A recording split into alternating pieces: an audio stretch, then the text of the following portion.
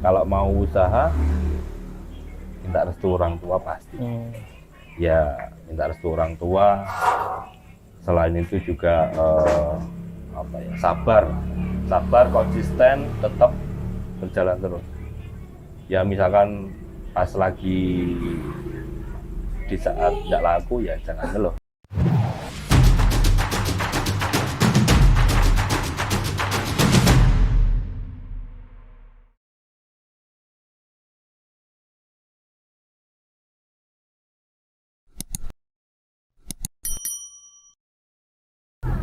Baik, Assalamualaikum warahmatullahi wabarakatuh. Salam Biomotiva. Kembali sahabat Biomotiva, kita akan berbincang dengan owner dari Lesehan Puyuh Presto, Mbok Jepit. Beliau Mas Sandy. Yeah. Yang luar Sandy. biasa, yang wow banget adalah beliau memiliki satu lapak lesehan yang omsetnya 3 juta per hari. Ini luar biasa dengan 4 orang karyawan, buka mulai jam 4 sore sampai selesai. Nah, ini luar biasa. Bagaimana kiat suksesnya sehingga beliau ini mampu untuk menghasilkan omset yang sedemikian lumayan ya. Lumayan atau lumayan banget? Lumayan banget, alhamdulillah. Baik, Mas Andy, mungkin bisa diceritain nih bagaimana awalnya Mas Sandy bisa sukses membangun bisnis lesehan seperti ini. Awal ceritanya apakah dulu ini menjadi satu bisnis pertama langsung jadi atau ada proses bisnis yang lain? Enggak. Jadi awal pertama saya setelah nikah, jadi usaha pertama setelah nikah itu saya diwarisi sama bapak, ya. Gilingan apa? Ini saya cerita awal dari awal ya, awal usaha, seneng awal usaha. Itu gilingan, kalau di sini namanya gilingan triping pohung atau triping singkong. Nah, dari situ saya mulai bekerja usaha sendiri 1 tahun. Ya jalan. Setelah itu dulu karena saya pernah kerja di bar atau di dunia malam. Saya kerja, habis itu habis dari tripping singkong itu saya ke Bali. Saya merantau memang merantau. Habis itu dapat 1 tahun saya pulang lagi. Saya punya nazar, jadi punya nazar saya itu setelah saya punya anak nanti saya berhenti di dunia malam. Tahun berapa itu? Tahun 2000 berapa ya? 2010. Mungkin 2010. Saya setelah pulang dari Bali, saya usaha laundry itu, Pak. Dari laundry saya udah ya nyelengin dikit demi dikit. Saya bisa beli mobil, ada mungkin senilai 30 jutaan lah ya. Dari situ kemudian semakin lama laundry itu banyak kompetitor memangnya. Omset semakin menurun.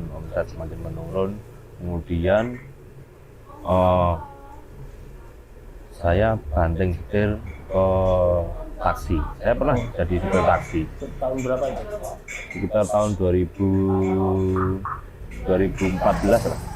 2015.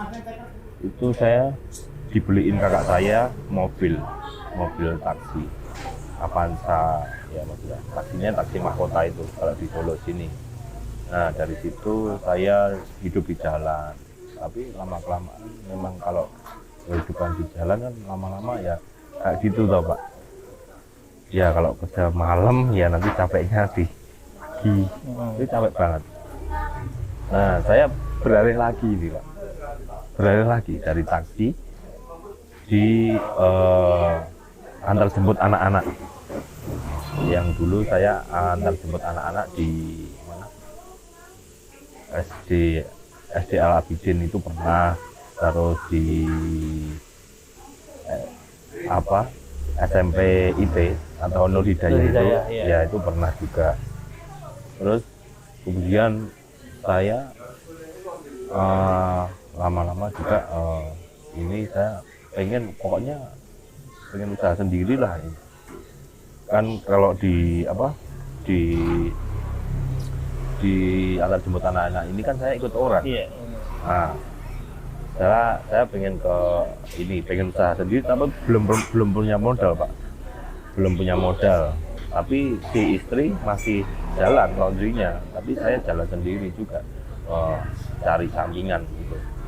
Coba saya kebetulan ada teman, dia kepala koki di ini di Louis Bakri, Mas Joko itu dia buat roti, terus saya kelilingin Pak, dia buat roti. Kalau dia kan di rumahnya kan dia buat kecil-kecilan gitu loh Pak.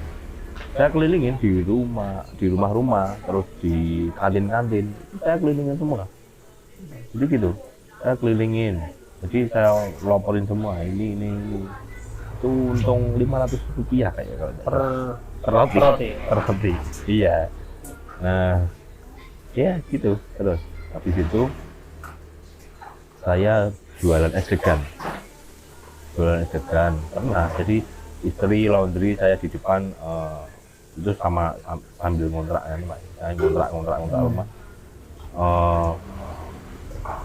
Istri laundry, saya jualan es degan itu di depan.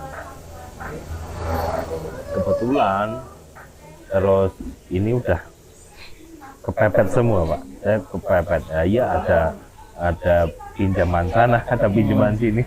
Aduh, itu luar biasa. Kebetulan terus saya masih punya mobil ini tadi yang saya beli 30 juta tadi. Saya jual itu laku 17 juta. Dari 30 juta. Iya, dari 30 juta tadi. Itu saya jual laku 17 juta. Habis itu 10 juta itu saya buat cicil kurangan saya. Kedua masih sisa 7 juta. 2 juta buat hidup. Ini jadi modal pertama buat jepit ini mungkinan 2,5 juta. Nah, 2,5 juta. Pokoknya saya gini, kalau mau usaha itu diminimalisir, minimal modalnya. Saya datanglah ke tempat Pak almarhum Pak Momo, namanya panggilannya Pak Momo. Pak Momo itu kebetulan dia anaknya Pak Haji Parno yang toko santri itu. Saya datang ke beliau, Pak, saya mau usaha apa lesehan, saya bilang gitu. Ya wes, dia langsung ngerti kalau saya ke situ itu datang ke beliau itu, dia ngomong apa butuh, dia bilang gitu, meja Pak, meja, dikasih meja dari pabrik, bekasnya pabrik sana, dari santri yang di Banyuanyar itu. Terus kedua, saya dikasih stiker karena belum ada stiker kan Pak. Saya dikasih stiker juga. Ya kebetulan sana juga usaha stiker sama karpet dan busa dan lain sebagainya, banyak toko santri itu. Alhamdulillah saya mulai ini usaha ini. Jadi sebelumnya saya ada senior saya yang sebelumnya saya jualan ini, yang ada di Embarkasi Haji, itu namanya Mas Hendra. Saya ke sana ngobrol, Mas, saya pengen jualan kayak gitu kan. Iya, tidak apa-apa, monggo, dia bilang gitu. Yang penting bisa menciptakan lapangan pekerjaan sendiri, dia bilang gitu. Terus kedua, ada senior lagi yang jualannya Pak Amir atau Pak Amir atau yang di Nusuan itu. Saya selalu belajar dari beliau atau istrinya beliau kan. Kalau saya belum ketemu sama Pak Amirnya karena Pak Amir itu kan almarhum sudah meninggal. Ya, dari situ saya mulai belajar ke kuliner. basic saya kan tentunya bartender. Sebenarnya bukan basic sih Pak, saya bukan orang sekolahan, nggak punya tamatan apa-apa. Ya dari situ saya mulai pelan-pelan. Saya ngontrak sana, saya ngontrak rumah ke rumah itu hampir 11 tahunan, 11 tahun saya ngontrak. Di situ saya ya sambil ini kuliner ini. Alhamdulillah dari sini saya bisa beli tanah, saya bangun sendiri sekarang sekarang. Luar biasa ya. Iya, alhamdulillah lah dari jualan dulu. Ya mungkin saya berterima kasih sama ya senior saya Mas Hendra itu yang di asrama di mana asrama haji itu yang di Wangkis, terus di Wamir itu saya sangat berterima kasih. Kemudian ya ini saya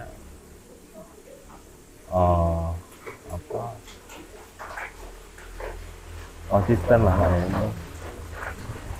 Mungkin itu awal-awal membangun bisnisnya itu apakah langsung laris seperti ini atau pernah mengalami proses nggak laku? Iya pernah pastinya loh Pak.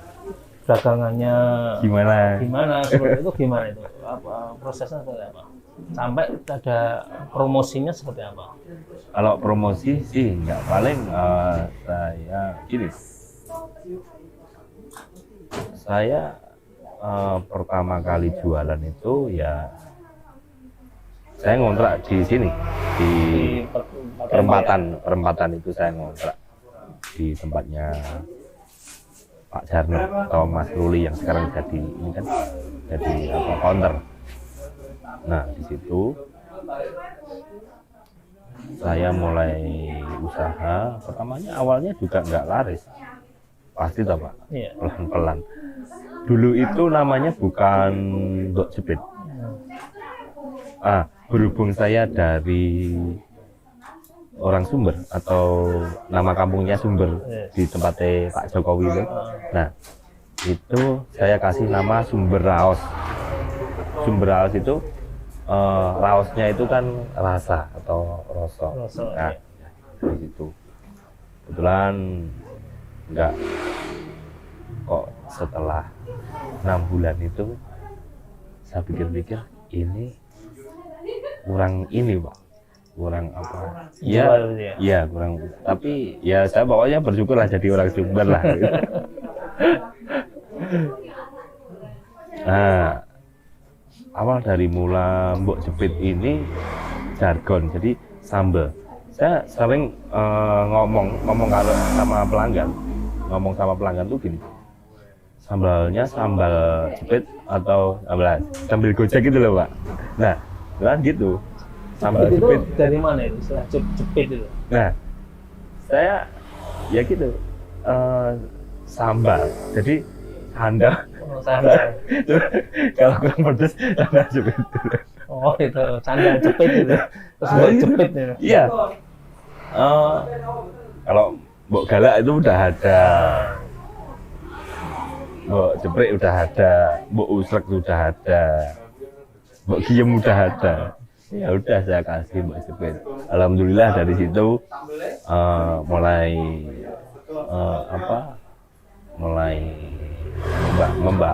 bagus lah Pak ya. Bagus. Penjualan tambah semakin naik terus. Oke, sahabat Kimotiva, tonton terus video ini sampai dengan selesai. Kita akan tanyain lebih dalam tentang tips dan triknya agar bagaimana bisnis ini bisa berjalan dengan baik. Artinya tadi sudah tipsnya. Oke, kita lanjutkan ya. Yes. Itu bagaimana untuk promosinya? Kan sekarang ada medsos nih, ada Instagram, ada Facebook, ada apa namanya, mungkin WA, grup itu gimana? Apakah dimanfaatin atau tidak itu sebenarnya? Iya pastinya Pak. Jadi sekarang mungkin zamannya era digital, saya pergunakan dengan baik mungkin ya Pak ya.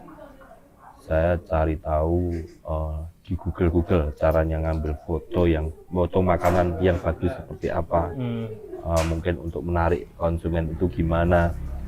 Saya saya selalu belajar dari itu, dari Google itu. Otodidak ya? Otodidak Oh, saya. otodidak. Saya cuman foto. Habis itu saya coba promosi di kuliner Solo. Kuliner Solo. Kebetulan ada Solo Info. Saya promosinya lewat di situ. Jelajah Solo, kuliner neng Solo itu banyak banget yang Karena segmen Mas Sandy foodgram itu loh Pak. itu ya. Iya. Solo Raya ya. Iya, Solo Raya. Dan saya juga dulu awal mulanya juga orang di sini itu kan Boyolali bagian timur ya Pak. Timur, bagian ujung timur. Sedangkan kalau Solo itu di paling utara kan mungkin. Pinggiran lah ya. Nah, dari itu saya fokus terus biar orang-orang konsumen biar bisa ke sini itu gimana. Ya, bisa tahu daerah ke sini gitu Pak. Tadi dari 6 bulan itu masih belum up ya, belum sampai, kemudian baru 6 bulan selanjutnya ada ini ganti nama, namanya Mbok Jepit. Iya. Terus digencari nih masuk di Instagram, di medsos. Iya. Itu prosesnya berapa lama setelah itu? Sampai kemudian bisa viral dan seterusnya. Lama Pak. Ya. Dari teman-teman itu terus kemudian teman-teman saya promosi lewat Solo Info, lewat ya di Instagram ya Pak ya, lewat di kuliner yang Solo itu. Dari situ saya promosinya naik gitu. Iya, cepat lah Pak ya. Kalau di Facebook mungkin ini grup kuliner Solo, GKS. Grup kuliner Solo, iya. Kalau di Facebook itu. Responnya juga bagus. Awal bagus banget. Awalnya mungkin kalau awal responnya bagus banget. Yang like banyak, terus ini komentarnya juga bagus. Itu omset pertama berapa? Nah, ini penting. Boleh tahu? Ya? Kalau Pertama saja ini pertama penting. Kan masuk jualan nih, jualan. Wah, ini saya mungkin hanya 100.000 atau berapa yang sampai 3 juta per hari, ini luar biasa nih.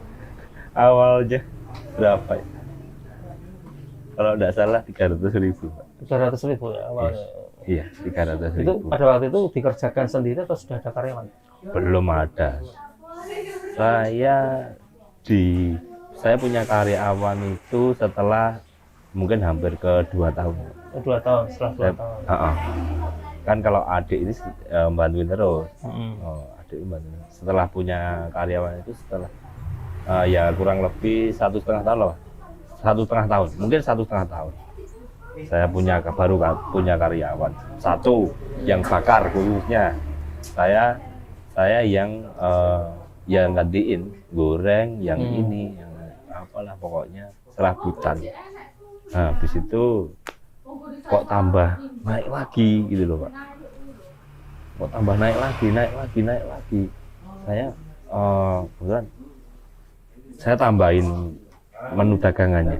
Saya tambahin. Saya punya tambah karyawan 1 lagi.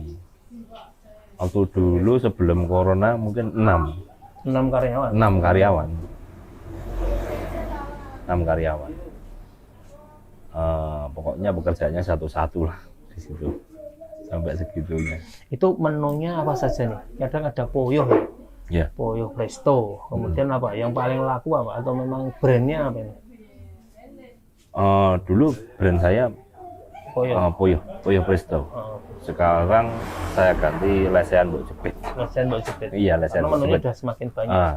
Menu semakin banyak. Ada poyo, terus ada bebek, ada ayam, ada lele, nila, terus kalau ada belut ya belut. Kalau di pasar kalau ada belut ya belut. Terus kalau ada puritan ayam. Nah, ini yang mungkin yang paling banyak orang-orang yang ini ya ceker bebek itu. Ceker bebek? Nah, ceker bebek. Enak ini? Buktinya juga kita masak seberapa habis gitu. Kalau sayur bebek satu porsi berapa? 5.000. 5.000. Satu porsi 5.000. Hemat ya ini. Iya. Ya mungkin sambil nonton TV. Ya. Ada ritual berakotin. Iya. Nah, istilah orang Jawa nggak nyemi. Nggak nyemi. Ya. Nggak nyemi, ceker bebek. Terus sambel, kadang kan kalau di lesehan itu kadang identik dengan sambelnya. Ya. Mungkin ada sambel yang khas itu. Kalau saya sambal khasnya sambal terasi sih, Pak. Sambal terasi. Sambal terasi. Selain sambal terasi ada sambal bawang, sambal lamongan atau sambal tomat. Terus kemudian ada sambal hijau. Ya, tadi sambal terancam. Sambal terancam. Ya. Di sini maksudnya di sini itu konsumen itu ambil sendiri-sendiri. Gratis. Gratis. Untuk Sama. sambelnya Gratis sambel, gratis lalapan, gratis terancam kalau makan di sini. Tapi kalau bawa pulang ya ada 3.000 lah. 3.000. Ya, 3.000 per bungkus. Ini untuk apa namanya? Mempertahankan rasa itu gimana? Kadang kan kalau orang Jawa itu namanya keplek ilat ya. Keplek ilat. Nah, orang yang keplek ilat tuh biasanya kan sensitif nih terhadap rasa. Nggih. Bagaimana Mas Sandy mempertahankan rasa itu biar tetap tadi enak, tetap apa rasanya tetap dinikmati orang itu tetap enak terus sehingga orang bisa balik lagi menjaga loyalitas itu seperti apa itu? Iya, yang penting konsisten sih Pak. Maksudnya bumbunya itu terus. Bumbunya ya rempah-rempah. Kita kayak rempah kan Pak. Itu di anu nggak, artinya semacam di sana kadang yang kalau orang kan distandarkan ada di berapa gram itu enggak? Iya. Atau memang feel ya biasanya? Feeling, ya. Feeling gitu ya? Istri saya yang masak. Oh, pakai feeling, enggak artinya Feeling. nggak sesuai, enggak harus wah ini berapa gram enggak seperti itu. Enggak, karena kalau kita ambil apa namanya, ambil bebek pas di waktu mentah atau ambil puyuh di waktu mentah. Jadi ada teksturnya, mungkin ada yang udah tua, ada yang masih muda.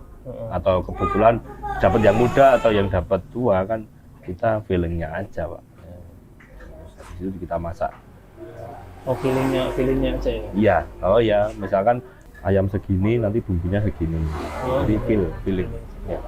Nah, ini mungkin ini ya ayam mbok jepit ya. Mbok jepit ini kan mbok Puyuh, jepit ya. yeah, Puyuh mbok jepit ini kan sudah dikenal nih. Yeah. Ada rencana nggak? Kadang orang kan men-franchise-kan, kemudian membuka cabang di mana itu Yeah. ada rencana gitu nggak? Ya, kalau saya monggo sih Pak, kalau mau ada yang franchise, tapi saat ini saya masih belajar tentang franchise-nya itu gimana, nanti peraturannya gimana. Saya masih proses belajar. Mungkin kalau nanti mau jual resep atau jual putus ya nanti tidak bagus. Bisa, artinya misalkan ada yang berminat, investor misalkan mau, oh saya kok jadi franchise-nya atau saya tak jual resepnya itu bisa. Ya nanti bisa lah insya Allah kan. Kita sambil belajar dulu nanti proses franchise ininya franchise gimana. Kan saya belum masih dalam bentuk proses ini Pak. Nah, ini teman-teman sahabat Motiva ada peluang bagus ini untuk Mas Sandy sudah bisa buka peluang untuk franchise atau resep ya. Biasanya bisa langsung hubungi di Mas Sandy. Di mana lokasinya Mbok Jepit ini nanti bisa lihat di deskripsi YouTube. Ini penting nih Mas. Apakah keluarga itu mendukung dari orang tua, suami, istri, terus anak-anak mendukung nggak? Ya pastinya mendukung banget, Kalau saya setiap usaha apapun itu pasti minta restu orang tua, pasti minta restu, apalagi ibu itu ya benar-benar Pak ya, mendukung lah.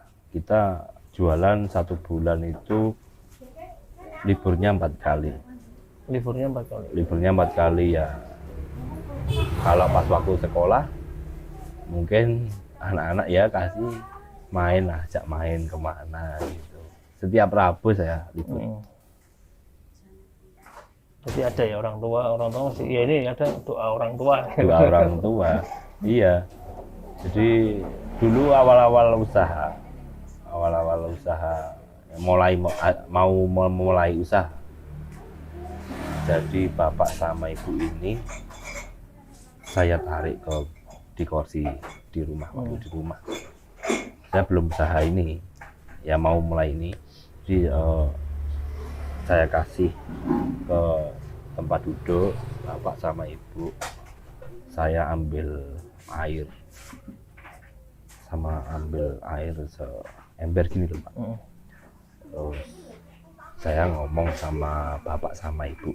Yang pertama itu ibu dulu. Jadi, Bu, saya mau usaha. Jadi saya nyuwun pangestu sama ibu. Jadi nyuwun pangestu sama ibu dan supaya usaha ini lancar. Saya bilang gitu sama ibu. Dan kakinya saya cuci, saya sikat, saya bersihin Pak, sama kaki ibu sama kaki bapak, bersihin semua. Saya buat mandi, saya buat minum sekalian. Bener, saya bener-bener minta pangestu lah sama orang tua saya. Ya pertamanya motivasi usaha ini sampai sekarang itu adalah bapak saya sendiri. Gimana itu? Bapak sampai sekarang bapak saya ini tidak pernah ikut orang. Mungkin kerja di tempat orang maksudnya. Itu ya mungkin pernah 1, 2 atau 3 kali. Cuma selebihnya bapak ini usaha sendiri, selalu usaha sendiri dari dulu Pak. Sampai sekarang masih namanya nyetok. Iya, buat sendiri, goreng sendiri. Sampai sekarang. Dulu bapak itu pernah buat rica-rica bebek dibungkusin. Saya juga ikut nganter-nganter juga ke mana? Kemanahan di itu Pak. Iya, saya ikut. Habis itu ya nggak tahu gimana bapak berhenti. Ya terus saya pengen ngikutin jejaknya bapak. Bisnis kuliner itu. Iya, bisnis kuliner. Ini masih rombaknya ini. Ini ada 4 karyawan ya, 4 karyawan. Ya, ini sekarang 4 karyawan. Manajemennya seperti apa? Manajemen gajinya seperti apa? Mungkin dari teman-teman sahabat Qmotiva pengen bertanya nih. Gimana atau berapa sih yang harus dibayar? Kan penting ini kalau mau membahas kuliner ini. Mungkin kalau gaji sih ya standarnya Pak. UMR-nya sini. Mungkin saya lebih sedikit kalau ada rame gitu loh. Untuk gajinya itu mereka bisa ambil mungkin kalau dia misalkan Mas saya butuh 1 minggu atau dia butuh 2 hari atau sekarang minta gajian per hari, tidak apa-apa saya kasih Pak. Iya, bisa. Gajiannya harian atau mingguan atau bulanan? Jadi ininya aja sebutuhnya mereka. Jadi tidak ada bulan, tidak ada minggu, tidak ada. Untuk karyawan cenderung anak-anak muda ya kita lihat. Dulu kebetulan saya juga orang yang tidak bersekolahan maksudnya. Saya tapi senang lihat orang-orang sekolah itu senang.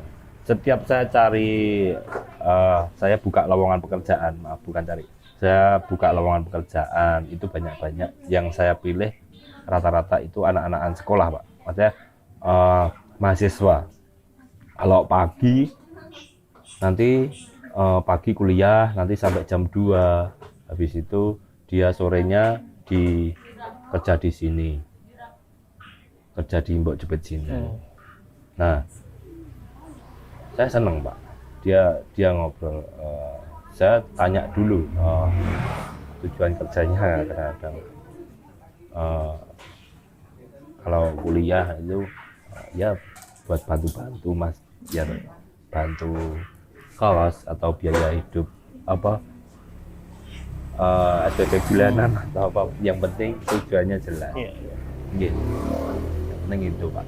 Luar biasa ya? Nggih, kelas 2 SMA ada juga. Iya, saya buka, kebetulan saya sering buka lowongan di Facebook. Terus saya buka lowongan di situ. Kebetulan banyak. Pokoknya saya yang pilih itu anak-anak sekolah dulu. Selama itu tidak mengganggu belajarnya. Kalau nanti misalkan ada yang kuliah ngomong, Mas ini saya baru ada tugas akhir atau mau ujian, ya udah stop dulu. Nanti 3 minggu atau berapa nanti saya cariin lagi, saya buka lowongan lagi, udah seperti itu, gonta-ganti isinya kayak gitu. Tapi standar karyawan sama ya, artinya Mas Sandy untuk karyawan juga punya harus ini udah jelas ya itu. Iya. Tugas-tugasnya Mas. Iya. Dulu ya kalau gonta-ganti ya kita harus sabar ngajarin mereka Pak. Iya. Awal-awal ngajarin. Tapi lama-lama dia tahu. Luar biasa ya, Mas Sandy itu dari nol, kemudian dia berpetualang nih untuk bekerja profesi macam-macam, tapi akhirnya ketemu yang namanya lesen Mbok Jepit ini. Yeah. Dan luar biasanya lagi, wow bangetnya adalah bisa merekrut tenaga kerja. Ini luar biasa. Nah, mungkin ada semacam apa ya, kiat-kiat khusus Mas. Ini mungkin dari teman-teman sahabat Qmotiva ingin tahu nih, apa sih yang memberikan emang inspirasi Mas Sandy biar ini usaha tetap jalan, kemudian dulu kan sempat jatuh bangun Iya, mungkin dari pengalaman saya usaha mungkin saya ambil pengalamannya aja. Kalau usaha apa itu pasti bisa, tapi yang sulit itu mungkin mempertahankannya. Itu iya. Tadi kadang-kadang kita usaha ini ada modal bisa, terus tapi yang sulit itu tadi mempertahankannya. Saya belajar dari situ pokoknya. Yang sulit itu mempertahankannya. Jadi kita benar-benar jaga kualitas, benar-benar jaga rasa gitu. Ya mungkin kalau mau usaha minta restu orang tua pasti. Ya minta restu orang tua. Selain itu juga sabar, konsisten, tetap berjalan terus. Ya misalkan pas lagi di saat tidak laku ya jangan ngeluh, tapi sambil inovatif. Mungkin pengen laku ya difoto, kita posting, udah gitu. Itu ya main media sosial sekarang kan udah cepat kan. Mungkin ada ini terakhir ini sudah luar biasa banget. Harapan apa sih, artinya masih punya impian apa yang mau dibangun di kedepannya? Mungkin saya buka cabang di mana-mana. Oh, buka cabang. Targetnya mana nih? Ini targetnya yang mana? Mungkin ya nanti belum tahu, Pak. Belum tahu. Ya, belum tahu. Tapi targetnya buka cabang di mana-mana. Ini peluang nih bagi sahabat Qmotiva yang ingin bekerja sama dengan Mas Sandy. Bisa dikasih info nih untuk sahabat Qmotiva. Ada nomor HP yang bisa dihubungi untuk panjenengan. Ada. Wow, itu nomornya berapa ini? 0852 0852 9371 2017. 2017 ini nomor unik ini. Nomor cantik kok. Nomor cantik, berawalnya dari usaha Mbok Jepit ini kan 2017. Jadi saya cari yang berunsur 2017 belakangnya. Baik ya. Terima kasih banyak waktunya untuk Mas Sandy yang sudah sharing kepada kita semua dengan bagaimana proses usahanya Mbok Jepit. Nah, teman-teman Qmotiva, insya Allah materi ini sangat bermanfaat. Silahkan untuk di-share dan dibagikan ke banyak orang sehingga ini bisa menginspirasi bagi banyak orang sehingga bermanfaat. Oke, sampai ketemu dengan video inspirasi selanjutnya. Salam Biomotiva, berbagi untuk lebih baik. Wassalamualaikum warahmatullahi wabarakatuh.